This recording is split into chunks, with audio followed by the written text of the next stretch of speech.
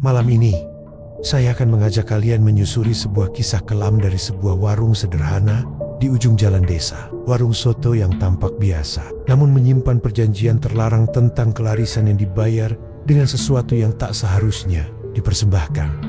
Ini bukan sekadar cerita tentang pesugihan. Ini adalah kisah tentang lapar yang tak pernah kenyang, tentang bisikan yang tak bisa ditolak, dan tentang darah yang dijadikan harga sebuah rezeki. Dengarkan dengan saksama. Karena cerita ini yang paling berbahaya bukanlah makhluk gaibnya, melainkan pilihan manusia saat terdesak. Warung soto itu berdiri sendirian di ujung jalan desa, tepat sebelum aspal berubah menjadi tanah berbatu yang menuju area persawahan dan kuburan tua. Bangunannya sederhana, hanya dinding papan yang mulai lapuk dan atap seng berkarat. Kathi mengelupas, seolah disengaja oleh waktu agar tak lagi menarik perhatian siapapun yang melintas. Pemiliknya adalah Ibu Farida. Sejak subuh, perempuan itu sudah terjaga. Tubuhnya kurus, bahunya selalu sedikit membungkuk, seakan memikul beban yang tak pernah benar-benar ia ceritakan pada siapapun. Setiap pagi, ia merebus kuah soto dengan takaran yang sama seperti puluhan tahun lalu ayam kampung. Serai, jahe, dan bumbu lamongan yang dulu menjadi kebanggaannya. Namun belakangan, aroma kuah itu tak lagi memancing orang berhenti. Bahkan lalat pun jarang berkerumun. Ibu Farida adalah janda. Suaminya meninggal 5 tahun lalu karena sakit yang datang tiba-tiba. Sejak saat itu, warung kecil inilah satu-satunya tumpuan hidupnya. Tak ada anak, tak ada keluarga dekat. Yang tersisa hanya rutinitas, hutang ke rentenir pasar dan risatokut yang makin hari makin menempel di dada. Pagi itu, seperti hari-hari sebelumnya, warung sepi. Bangku panjang dari kayu hanya diisi oleh bayangan sendiri. Ibu Farida duduk di balik meja, memandangi panci soto yang masih penuh. Jarum jam dinding sudah melewati pukul 10, waktu di mana biasanya setidaknya 2 atau 3 tukang ojek mampir. Tapi hari ini, tak satu pun datang. Ia menghela napas panjang. Entah salahku di mana, gumamnya lirih, lebih seperti berbicara pada dirinya sendiri. Angin berembus pelan, membawa hawa lembab dari arah sawah. Entah mengapa, udara di dalam warung terasa lebih dingin dari biasanya. Ibu Farida merapatkan selendang tipis yang ia kenakan. Saat itulah, ia mencium sesuatu yang membuat keningnya berkerut.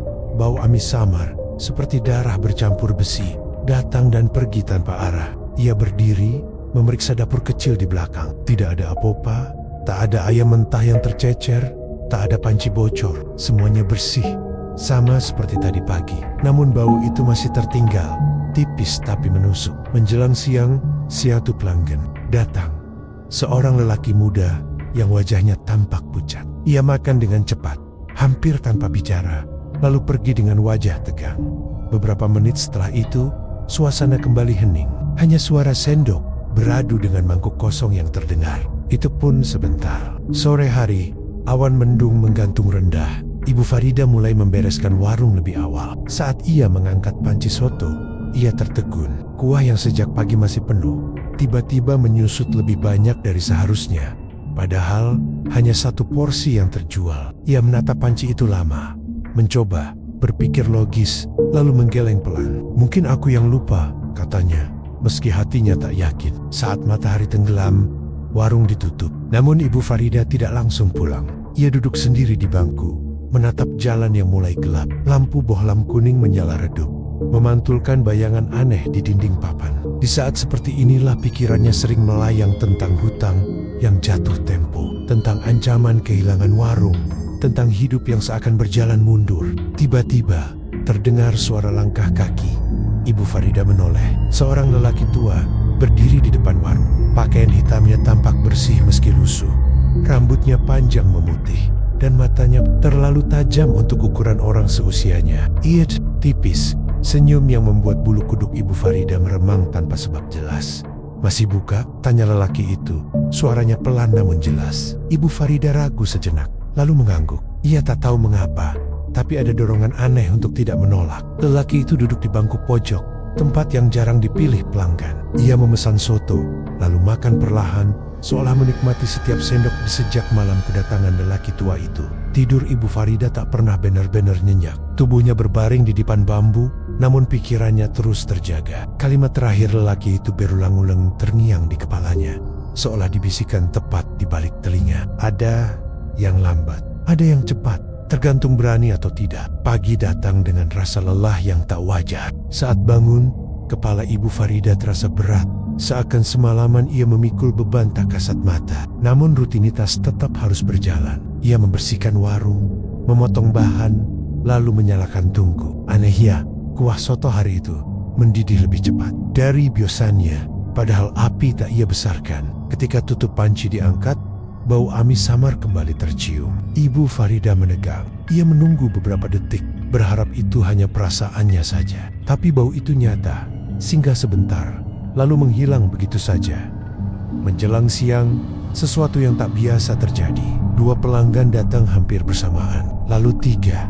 Tak lama, bangku-bangku yang biasanya kosong mulai terisi. Orang-orang makan tanpa banyak bicara.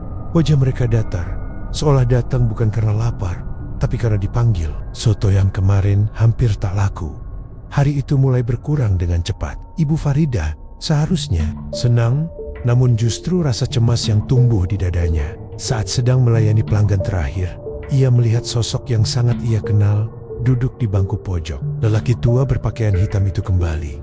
Tak ada suara langkah, tak ada sapaan. Tiba-tiba saja, ia sudah ada di sana. "Bu," katanya pelan, "hari ini lebih ramai."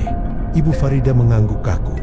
"Ya, alhamdulillah, bukan kebetulan," ujar lelaki itu sambil mengaduk sotonya perlahan. Rezeki itu seperti arus air. Kalau diarahkan, ia akan mengalir deras. Sendok Ibu Farida terhenti di udara. Ia menatap lelaki itu dengan ragu. Ada dorongan kuat untuk bertanya, tapi juga rasa takut yang menahan lidahnya. "Semalam saya bermimpi," lanjut lelaki itu. Suaranya nyaris berbisik. "Melihat warung ini tidak pernah sepi, bahkan saat yang lain tutup." "Bapak, siapa sebenarnya?" tanya Ibu Farida akhirnya. Suaranya bergetar. Lelaki itu tersenyum tipis. Orang yang tahu bagaimana caranya bertahan hidup. Ia makan, lalu menatap lurus ke mata Ibu Farida. Tatapan itu terasa menembus, membuat perempuan itu merasa telanjang, seolah semua ketakutannya dibuka paksa. "Ibu capek hidup seperti ini kan?" katanya. "Capek menunggu pembeli, capek dihantui hutang, capek jadi orang baik tapi selalu kalah." Jantung Ibu Farida berdegup kencang. Setiap kata itu tepat sasaran, seperti anak panah yang sudah diarahkan. "Sejak lama, saya tidak menyuruh," lanjut lelaki itu tenang. "Saya hanya menunjukkan bahwa ada jalan lain, jalan yang tidak semua orang berani tempuh." "Jalan apa?" tanya Ibu Farida lirih. Lelaki itu meletakkan sendoknya. Kuah soto di mangkuknya masih utuh, seolah tak disentuh. Jalan yang menukar sesuatu dengan kelancaran. Bukan uang, bukan tenaga, tapi niat. "Niat apa?" Suara Ibu Farida nyaris tak terdengar. Lelaki itu berdiri. "Kalau Ibu siap mendengar lebih jauh, datanglah besok malam Selasa Kliwon. Jangan bilang siapa-siapa, dan jangan bawa apapun selain diri Ibu sendiri." Ia meletakkan uang di meja. Lagi-lagi jauh lebih banyak dari harga soto, lalu berjalan pergi. Kali ini, langkahnya terdengar jelas perlahan, berat, dan seolah meninggalkan jejak yang tak terlihat. Sore itu, warung kembali sepi, seolah keramaian siang hari tak pernah terjadi. Ibu Farida duduk termenung, menatap uang di tangannya. Jumlahnya cukup untuk membayar sebagian hutang, tapi entah mengapa terasa panas di kulitnya. Malam datang bersama. Kegel di rumah, Ibu Farida mencoba menenangkan diri dengan berdoa. Namun setiap kali matanya terpejam, wajah lelaki tua itu muncul. Senyumnya, tatapannya kata-kata Nia yang seperti mengikat pikirannya dari dalam. Di luar, angin bertiup lebih kencang dari biasanya. Dari kejauhan, terdengar suara seperti orang memanggil namanya pelan, berulang, dan sangat dekat. Ibu Farida menutup telinganya, menahan napas. Ia tahu, besok malam bukan sekadar undangan. Itu adalah panggilan, dengan penuh perhitungan. Selama makan, matanya beberapa kali menatap langsung ke arah Ibu Farida. Bukan tatapan genit, bukan pula curiga, melainkan tatapan orang yang sedang menilai sesuatu yang berharga. "Sotonya enak," katanya akhirnya. "Sayang, rezekinya seret." Kalimat itu membuat tangan Ibu Farida bergetar. Ia tak pernah menceritakan nasibnya pada siapa. "Pan," lelaki itu tersenyum lagi. Kali ini lebih lebar. "Tenang saja," lanjutnya pelan. "Setiap warung punya jalan takdirnya sendiri. Ada yang lambat, ada yang cepat, tergantung berani atau tidak." Sebelum Ibu Farida sempat bertanya, lelaki. Ijubit meletakkan uang di meja, jumlahnya jauh lebih banyak dari harga soto, lalu berjalan pergi ke arah gelap, menuju jalan yang berakhir di kuburan. Malam itu, Ibu Farida pulang dengan perasaan tak tenang. Bau amis kembali tercium di hidungnya, lebih kuat dari sebelumnya. Dan entah mengapa, di dalam hatinya, ia merasa sebuah pintu telah terbuka, pintu yang seharusnya tidak pernah ia dekati. Hari itu berjalan lambat, seolah waktu sengaja ditarik panjang agar kegelisahan Ibu Farida matang sempurna. Sejak pagi, perasaannya tak karuan. Tangannya gemetar saat memotong bahan.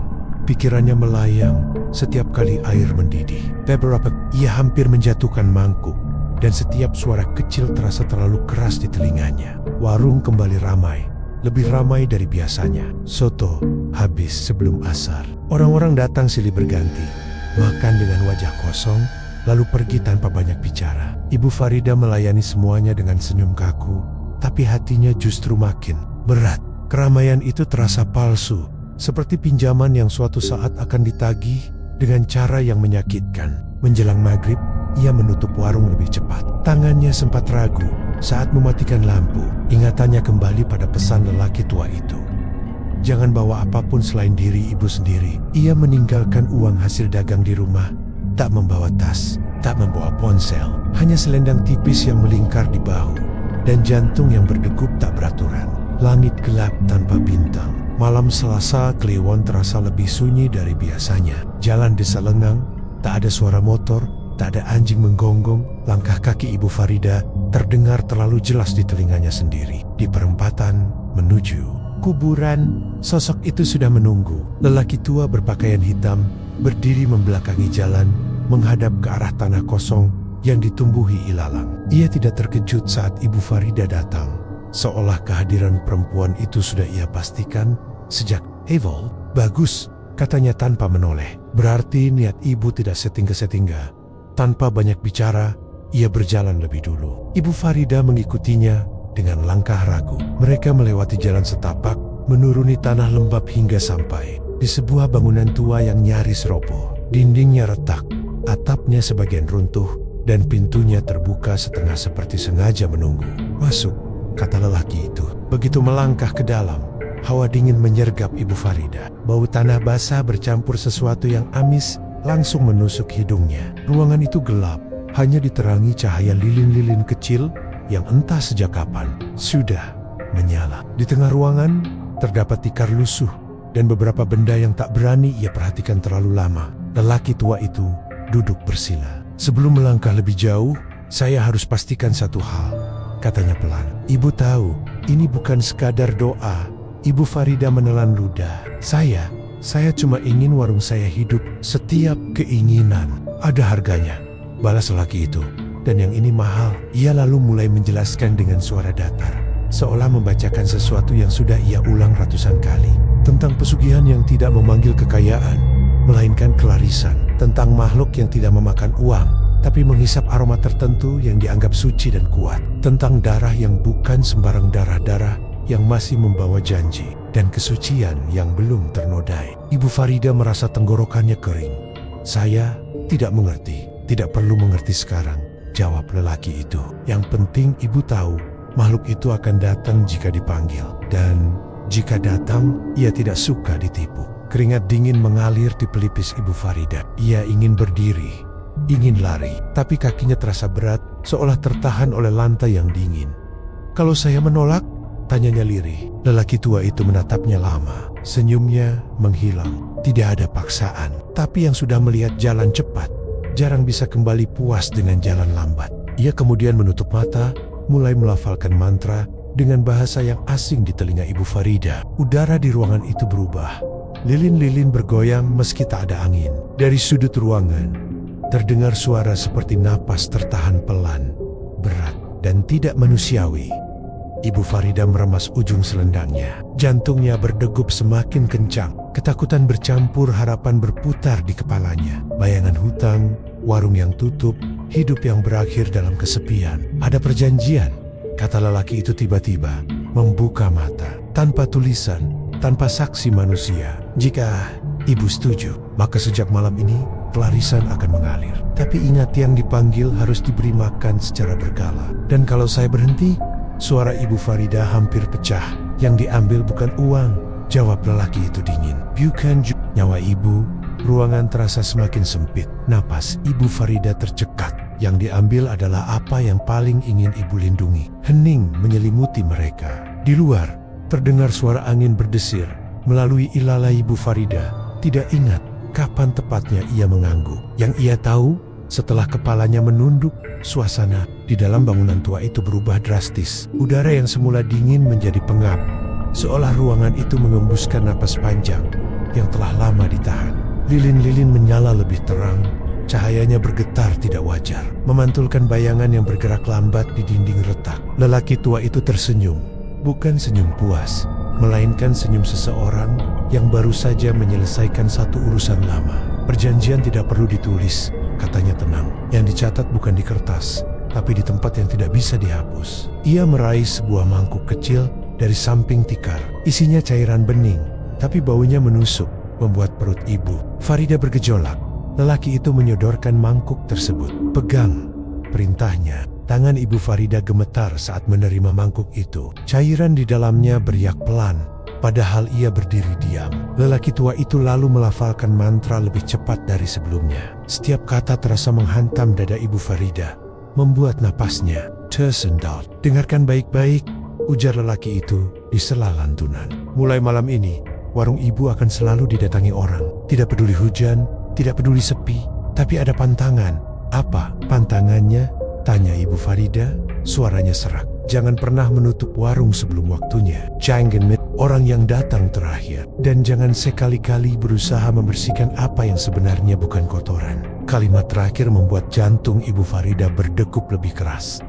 Ia ingin bertanya maksudnya, tapi lidahnya keluh. Lelaki tua itu lalu mengambil sebilah benda kecil dari saku jubahnya. Bukan pisau, bukan jarum. Bentuknya aneh dan kusam. Ia menorehkannya sedikit di telapak tangannya sendiri. Darah merembes keluar, hitam pekat, lebih mirip cairan kental daripada darah manusia. Ini hanya pengikat, katanya singkat. Ia meneteskan satu tetes ke dalam mangkuk yang dipegang Ibu Farida. Cairan bening itu langsung berubah keruh. Bau amis menyengat seketika memenuhi ruangan. Ibu Farida memejamkan mata, menahan mual. Sekarang ucapkan, kata lelaki itu. Ia menyebutkan kalimat pendek namun berat. Ibu Farida mengulanginya dengan suara bergetar. Setiap kata terasa asing di lidahnya, seolah bukan ia yang berbicara, melainkan sesuatu di dalam dirinya yang dipaksa keluar. Begitu kalimat terakhir terucap, suara keras terdengar dari sudut ruangan seperti sesuatu yang jatuh, atau mungkin sesuatu yang baru saja mendarat. Lilin-lilin padam bersamaan, menyisakan kegelapan total. Dalam gelap itu, Ibu Farida merasakan kehadiran lain, bukan bayangan, bukan sentuhan, tapi tekanan seperti ditatap dari jarak sangat dekat. Napasnya terasa dicuri sedikit demi sedikit. Bau amis bercampur wangi yang manis dan memabukkan, membuat kepalanya ringan. Sudah, suara lelaki tua terdengar kembali. Lilin menyala satu persatu. Mangkuk di tangan Ibu Farida kini kosong. Cairannya entah kemana. Lelaki tua itu berdiri, wajahnya kembali datar. Perjanjian telah diterima, katanya. Mulai besok, ibu akan melihat hasilnya. Dan ingat, ia menambahkan, suaranya menurun. Makhluk yang datang nanti tidak suka diingkari. Jika waktunya memberi makan tiba dan ibu menolak, ia akan mengambil sendiri. Ibu Farida mengangguk lemah. Tubuhnya terasa ringan, sekaligus sangat lelah. Tanpa pamit, lelaki tua itu berjalan keluar, lenyap ke dalam gelap malam. Ibu Farida menyusul beberapa saat kemudian. Bangunan tua itu kembali sunyi, seolah tak pernah terjadi apa-apa di dalamnya. Saat ia tiba di rumah, jam menunjukkan lewat. Tengah malam, ia langsung terbaring, tertidur tanpa mimpi. Pagi berikutnya, ia terbangun dengan perasaan asing campuran lega dan takut. Ketika membuka warung, sesuatu yang belum pernah terjadi sebelumnya menyambutnya. Sebelum panci soto benar-benar panas, orang pertama sudah datang. Lalu yang kedua, lalu yang ketiga, hingga sebelum matahari tepat di atas kepala, bangku-bangku penuh. Soto habis sebelum siang. Ibu Farida tersenyum, namun senyum itu kaku. Di balik keramaian, Ia melihat sesuatu di sudut matanya, bayangan yang tidak ikut bergerak saat orang-orang berlalu. Dan untuk pertama kalinya sejak membuka warung, ia merasa ia tidak lagi sendirian. NJ terdengar seperti bisikan banyak mulut yang sedang menunggu jawaban. Dengan tangan gemetar dan mata berkaca-kaca, Ibu Farida menunduk. Di saat itulah, tanpa ia sadari sepenuhnya, langkah pertamanya menuju jurang telah diambil. Sejak hari itu, waktu seolah kehilangan ritmenya di warung soto Ibu Farida. Pagi, siang, dan sore bercampur menjadi satu alur yang tak putus-putus oleh sepi. Bahkan sebelum matahari terbit sempurna, sudah ada orang berdiri menunggu di depan warung. Mereka datang tanpa janji, tanpa saling mengenal, namun dengan satu tujuan yang sama: makan soto. Panci besar yang biasanya cukup untuk satu hari, kini selalu kosong sebelum zuhur. Ibu Farida sampai harus menambah takaran berkali-kali, merebus ulang kuah di sela-sela pelanggan yang terus berdatangan. Tangannya bekerja otomatis, sementara pikirannya perlahan tergerus kelelahan. Yang aneh, tidak satu pun pelanggan mengeluh. Tak ada yang bertanya kenapa rasa sotonya hari itu sedikit berbeda, lebih tajam, lebih pekat, seolah meninggalkan rasa pahit tipis di ujung lidah. Mereka makan cepat, menunduk, dan jarang berbicara. Beberapa bahkan tidak menyentuh sambal atau jeruk nipis, hanya fokus pada kuahnya saja. "Bu, sotonya bikin nagih," ujar seorang lelaki paruh baya suatu siang. Wajahnya pucat dengan mata cekung. Ia tersenyum, tapi senyumnya tidak sampai ke mata. Ibu Farida membalas dengan anggukan singkat. Di dadanya ada rasa tidak nyaman yang sulit dijelaskan. Kata nagih itu terdengar lebih seperti pengakuan ketimbang pujian.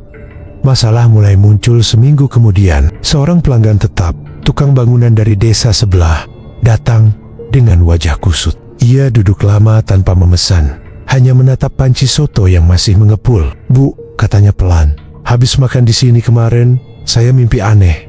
Ibu Farida berhenti mengelap meja. "Mimpi apa?" Tukang itu menelan ludah. "Saya warung ini, tapi kosong. Terus ada perempuan berdiri di belakang ibu, rambutnya panjang, bajunya basah, dan dari kakinya netes darah." Sendok di tangan Ibu Farida terjatuh. Dentingnya terdengar terlalu nyaring. Ia cepat-cepat membungkuk, mengambilnya kembali. Namanya juga mimpi, katanya tergesa. Kecapekan, mungkin. Namun si tukang tidak tertawa. Ia bangkit, meninggalkan uang di meja tanpa menyentuh makanan, lalu pergi dengan langkah tergesa. Sejak hari itu, ia tak pernah kembali. Cerita serupa mulai terdengar dari mulut ke mulut. Pelanggan mengeluh mimpi buruk, tidur gelisah, dan perasaan tidak enak setiap kali lewat depan warung saat malam. Beberapa orang bersumpah mendengar suara air menetes dari arah dapur, padahal tidak hujan. Yang lain mengaku mencium bau amis ketika melintas, meski warung sudah tutup. Ibu Farida mencoba menenangkan diri. Ia mengingat pesan lelaki tua itu, jangan membersihkan apa yang bukan kotoran. Maka ketika ia menemukan bercak gelap di lantai, dapur yang muncul begitu saja, meski sudah disapu, ia memilih membiarkannya. Setiap kali bercak itu ada, warung terasa lebih ramai keesokan harinya. Namun harga dari semua itu mulai terasa di tubuhnya sendiri. Setiap malam, ia terbangun sekitar jam 2, selalu pada jam yang sama. Dadanya sesak, keringat dingin membasahi punggung, dan bau amis memenuhi kamarnya. Ia sering merasa ada yang berdiri di dekat dipan, meski ketika lampu dinyalakan, kamar itu kesok. Suatu malam, ia mendengar suara sendok beradu dengan mangkuk dari arah warung. Pelan, berirama, seperti orang makan. Dengan jantung berdebar, Ibu Farida mengintip dari pintu rumah.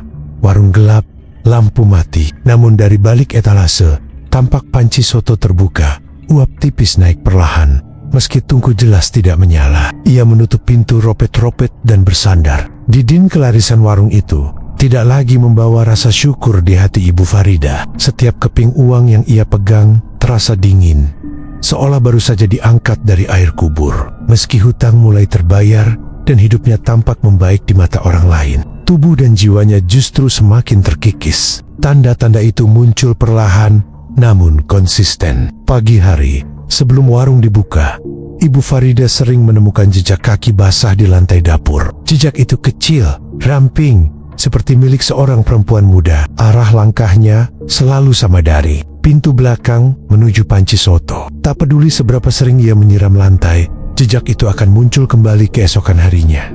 Bau amis kini tak lagi samar. Ia datang kuat, menusuk, dan menetap lebih lama. Kadang bercampur aroma wangi aneh yang membuat kepala Ibu Farida pening. Setiap kali bau itu muncul, pelanggan datang lebih banyak dari biasanya. Suatu siang, saat warung sedang penuh, Ibu Farida mendengar suara bisikan dari balik dapur. Sudah waktunya, ia menoleh cepat. Tidak ada siapa-siapa. Namun bisikan itu terus terngiang. Bahkan saat ia melayani pelanggan, kata-kata itu tidak terdengar seperti suara lelaki tua. Suaranya lebih tipis, lebih lembut dan entah mengapa terasa sangat dekat. Malam itu, lelaki tua berpakaian hitam datang kembali. Ia duduk di bangku pojok seperti biasa, tidak memesan apapun, hanya menatap Ibu Farida dengan wajah serius tanpa senyum. Sudah terasa, bukan? Katanya. Ibu Farida mengangguk perlahan. Ada yang tidak beres. Lelaki tua itu mencondongkan badan. Bukan tidak beres, itu tanda makhluk yang ibu undang mulai menagih. Nagih apa? Tanya Ibu Farida. Meski jawabannya terasa sudah bersembunyi di dadanya. Yang dijanjikan, jawab lelaki itu singkat. Yang membuat kelarisan ini hidup. Tangan Ibu Farida gemetar. Saya belum sanggup. Tidak ada kata belum. Potong lelaki itu. Hanya mau atau tidak mau. Kalau ibu menunda, ia akan mencari sendiri. Dan kalau ia mencari sendiri, suara Ibu Farida pecah. Lelaki tua itu menatapnya lama. Biasanya, lebih banyak yang diambil. Sejak malam itu, gangguan semakin menjadi. Ibu Farida mulai bermimpi tentang seorang gadis muda. Wajahnya pucat, matanya kosong, dan kakinya selalu berlumuran darah. Gadis itu berdiri di depan warung. Setiap malam, menatap Ibu Farida tanpa bicara. Namun setiap kali Ibu Farida mencoba mendekat, gadis itu menghilang, meninggalkan genangan merah di tanah. Pagi-pagi, genangan itu muncul di dapur. Bukan darah yang mengalir, melainkan noda yang seolah meresap dari dalam lantai kayu. Jika di sana, noda itu hangat, tubuh Ibu Farida mulai melemah. Nafsu makannya hilang, tangannya sering dingin, dan dadanya terasa sesak setiap kali mendengar suara air menetes. Ia mulai berbicara sendiri tanpa sadar, menjawab bisikan yang hanya ia dengar. Suatu sore, seorang gadis remaja terlihat berdiri lama di depan warung. Wajahnya polos, pakaiannya sederhana, dan matanya memancarkan rasa ingin tahu. Ia tidak memesan, hanya memandangi panci soto yang mengepul. Hati Ibu Farida mencelos. Bisikan itu kembali terdengar, kali ini jelas dan penuh tekanan. Yang ini, Ibu Farida memejamkan mata, air mata mengalir tanpa ia sadari. Untuk pertama kalinya sejak perjanjian itu dibuat, ia benar-benar mengerti arti peringatan lelaki tua tersebut. Pesugihan itu tidak lagi menunggu. Ia sudah memilih, menahan tangis. Pagi harinya, panci soto itu kosong. Padahal ia belum memasak apapun. Sejak saat itu, Ibu Farida mulai sadar, kelarisan ini bukan lagi miliknya sepenuhnya. Ada yang ikut berdagang bersamanya, ada yang ikut menikmati hasilnya, dan yang paling menakutkan, ada yang mulai merasa lapar lagi. Di dalam hatinya muncul satu pertanyaan yang terus menghantui. Apa yang sebenarnya akan diminta selanjutnya? Gadis itu datang hampir setiap sore. Awalnya, Ibu Farida mengira hanya kebetulan. Desa mereka memang sering dilewati anak-anak sekolah atau warga yang pulang dari sawah. Namun gadis ini berbeda. Ia tidak pernah masuk ke warung, tidak pernah memesan. Ia hanya berdiri di seberang jalan, di bawah pohon tua, menatap lurus ke arah panci soto yang mengepul. Wajahnya masih muda, terlalu muda untuk membawa beban hidup, seperti yang terpancar di matanya. Rambutnya hitam panjang, dikepang sederhana. Pakaiannya bersih tapi lusuh, seperti milik orang yang hidup pas-pasan. Setiap kali tatapan mereka bertemu, gadis itu langsung menunduk, lalu pergi perlahan. Namun keesokan harinya, ia datang lagi dan lagi. Pada hari ketiga, bisikan itu terdengar lebih jelas dari sebelumnya. Dia cocok. Ibu Farida menjatuhkan sendoknya. Dadanya sesak. Ia tahu persis siapa yang dimaksud oleh suara itu. Sejak kemunculan gadis tersebut, bau amis di warung semakin kuat menjelang senja. Pelanggan membludak tanpa sebab yang masuk akal. Bahkan orang-orang dari desa lain datang hanya karena kepengin tanpa tahu alasannya. Malamnya, mimpi buruk Ibu Farida berubah. Kini gadis itu tidak lagi berdiri diam. Dalam mimpi, ia menangis. Tangisnya pelan, tertahan, namun membuat dada Ibu Farida terasa diremas kuat. Dari bawah rok gadis itu, darah menetes perlahan, membasahi tanah, lalu mengalir menuju warung soto. Jangan biarkan lapar, bisik suara itu dalam mimpi. terbangun sambil terisak. Keesokan harinya, gadis itu akhirnya masuk ke warung. Ia duduk dengan canggung di bangku paling ujung. Tangannya saling menggenggam di pangkuan. Saat Ibu Farida mendekat, gadis itu tersenyum kecil. "Bu, sotonya harum," katanya lirih. Suara itu membuat hati Ibu Farida bergetar. Ia teringat dirinya sendiri puluhan tahun lalu sama polos, sama miskin, sama berharap hidup akan baik-baik saja. "Namamu siapa?" tanya Ibu Farida, berusaha terdengar biasa. "Laras, Bu." Ibu Farida menyajikan semangkuk soto dengan tangan. Gemetar saat mangkuk itu diletakkan di meja, kuahnya beriak halus meski tidak disentuh. Laras makan perlahan. Setiap suapan terasa seperti ketukan palu di kepala Ibu Farida. Di sudut matanya, bayangan itu muncul sosok samar berdiri di dekat dapur, menunggu dengan sabar. "Bu," kata Laras tiba-tiba, "kenapa warung ini rasanya bikin pengen balik lagi?" Pertanyaan itu seperti pisau. Ibu Farida tersenyum. "Kaku, mungkin cocok saja." Laras mengangguk lalu menandok. "Ibu Farida, baik ya, saya sering lihat ibu sendirian di sini." Kalimat sederhana itu menghancurkan pertahanan terakhir di hati Ibu Farida. Malam itu, setelah warung tutup, ia menangis lama di dapur. Untuk pertama kalinya sejak pesugihan itu dimulai, ia berpikir untuk berhenti. Ia memanggil lelaki tua itu. "Keesokan malam, aku tidak sanggup," kata Ibu Farida dengan suara parau. "Aku tidak mau melanjutkan." Lelaki tua itu menatapnya lama, lalu menghela napas pelan. "Terlambat. Apa maksudmu?" "Makhluk itu sudah menandai," jawabnya. "Kalau ibu mundur malam itu hujan turun tanpa jeda, deras dan berat, seolah langit sedang memeras seluruh isinya tepat di atas desa. Jalanan berubah licin, suara air mengalir memenuhi udara, menenggelamkan suara lain yang mungkin ingin terdengar." Di dalam warung yang sudah ditutup, Ibu Farida duduk sendirian. Lampu dimatikan. Hanya cahaya dari dapur yang temaram. Jam dingin berdetak pelan menunjukkan lewat tengah malam. Bisikan itu tidak lagi samar. Ea Haider Yuta, jelas dan menuntut. Sekarang Ibu Farida menutup mata. Tubuhnya gemetar hebat. Ia sudah mencoba berdoa, mencoba menolak, mencoba mengurung diri. Dirama. Namun setiap usaha melawan justru membuat keadaan semakin buruk. Laras jatuh pingsan sore tadi di depan warung. Wajahnya pucat seperti lilin, bibirnya kebiruan. Warga mengira ia sakit biasa. Tapi Ibu Farida tahu itu bukan sakit manusia. Pintu warung terbuka perlahan tanpa disentuh. Udara dingin masuk bersama bau amis yang pekat. Lelaki tua berpakaian hitam berdiri di ambang pintu, basah oleh hujan. Namun wajahnya tenang seperti biasa. "Waktunya sudah lewat," katanya pelan. "Makhluk itu lapar. Aku mohon." Suara Ibu Farida pecah. "Ambil aku saja." Leluk itu menggeleng. Bukan itu yang disepakati, dan ia tidak tertarik pada yang sudah tua dan rapuh. Ia melangkah masuk. Di belakangnya, bayangan panjang merayap di lantai, tidak mengikuti bentuk tubuhnya. Bayangan itu bergerak sendiri, berdenyut, seperti makhluk hidup. "Ritual terakhir harus dilakukan," lanjut lelaki itu. "Setelah ini, kelarisan akan mengikat selamanya. Tidak akan ada lagi penagihan, karena ia akan selalu diberi." "Dengan cara apa?" tanya Ibu Farida, meski tubuhnya sudah menolak mendengar jawabannya. Lelaki itu menatap ke arah dapur dengan membuka jalan sepenuhnya. Tanpa sadar, kaki Ibu Farida melangkah ke belakang dapur. Pintu kecil menuju ruang sempit di belakang terbuka sendiri. Di dalamnya, lilin-lilin menyala membentuk lingkaran. Di tengahnya, sebuah wadah tanah diletakkan, kosong, menunggu. Suara hujan di luar berubah, bukan lagi seperti air jatuh, melainkan seperti ribuan jari mengetuk tanah.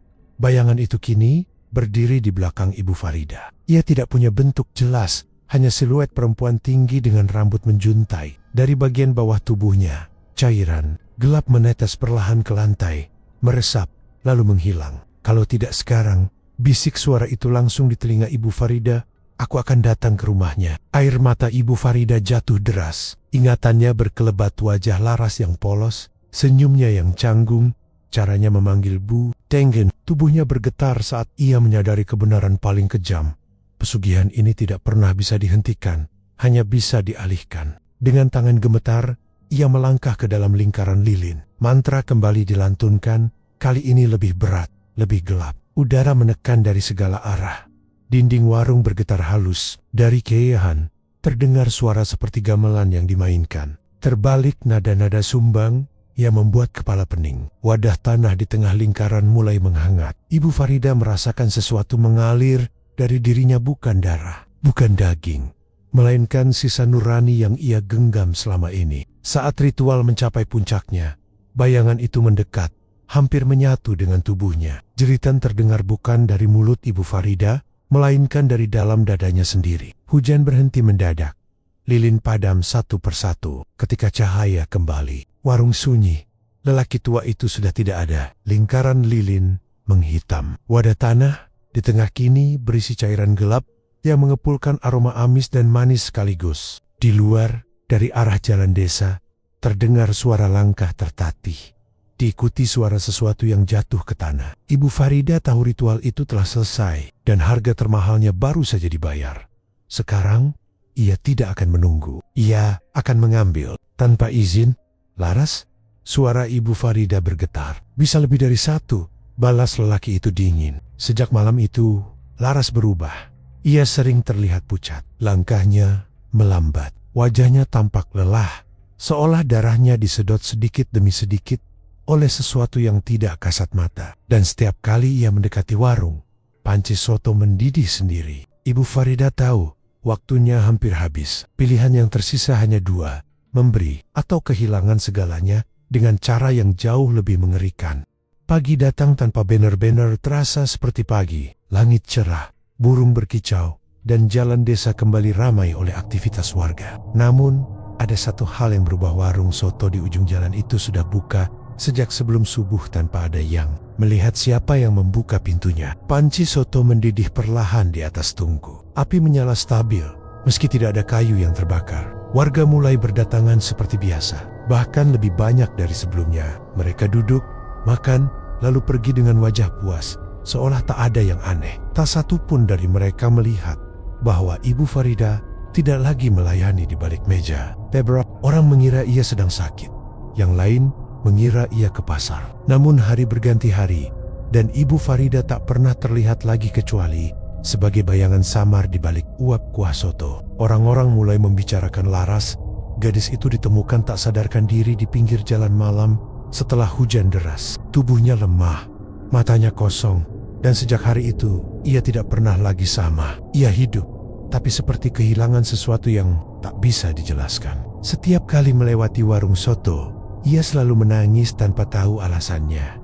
Warung justru semakin laris. Anehnya, tidak ada yang berani menutupnya. Jika ada warga yang mencoba membereskan bangku saat malam terlalu larut, mereka mendengar suara sendok beradu dengan mangkuk dari dalam dapur, padahal warung tampak kosong. Pernah suatu malam, seorang pemuda nekat mematikan lampu warung. Kisuk harinya ia ditemukan sakit panas, meracau tentang perempuan berambut panjang yang berdiri di belakang etalase. Lambat laun, warga belajar satu hal: warung itu tidak suka ditutup paksa. Kadang, menjelang malam, ada yang melihat sosok perempuan duduk di bangku pojok. Tubuhnya membungkuk, rambutnya menutupi wajah, dan tangannya terus mengaduk mangkuk kosong. Keika didekati, sosok itu menghilang, menyisakan bau amis yang melekat lama di udara. Tak ada yang berani memastikan apakah itu Ibu Farida atau sesuatu yang kini memakai namanya. Lelaki tua berpakaian hitam tidak pernah terlihat lagi. Namun beberapa orang bersumpah pernah melihatnya berdiri di kejauhan,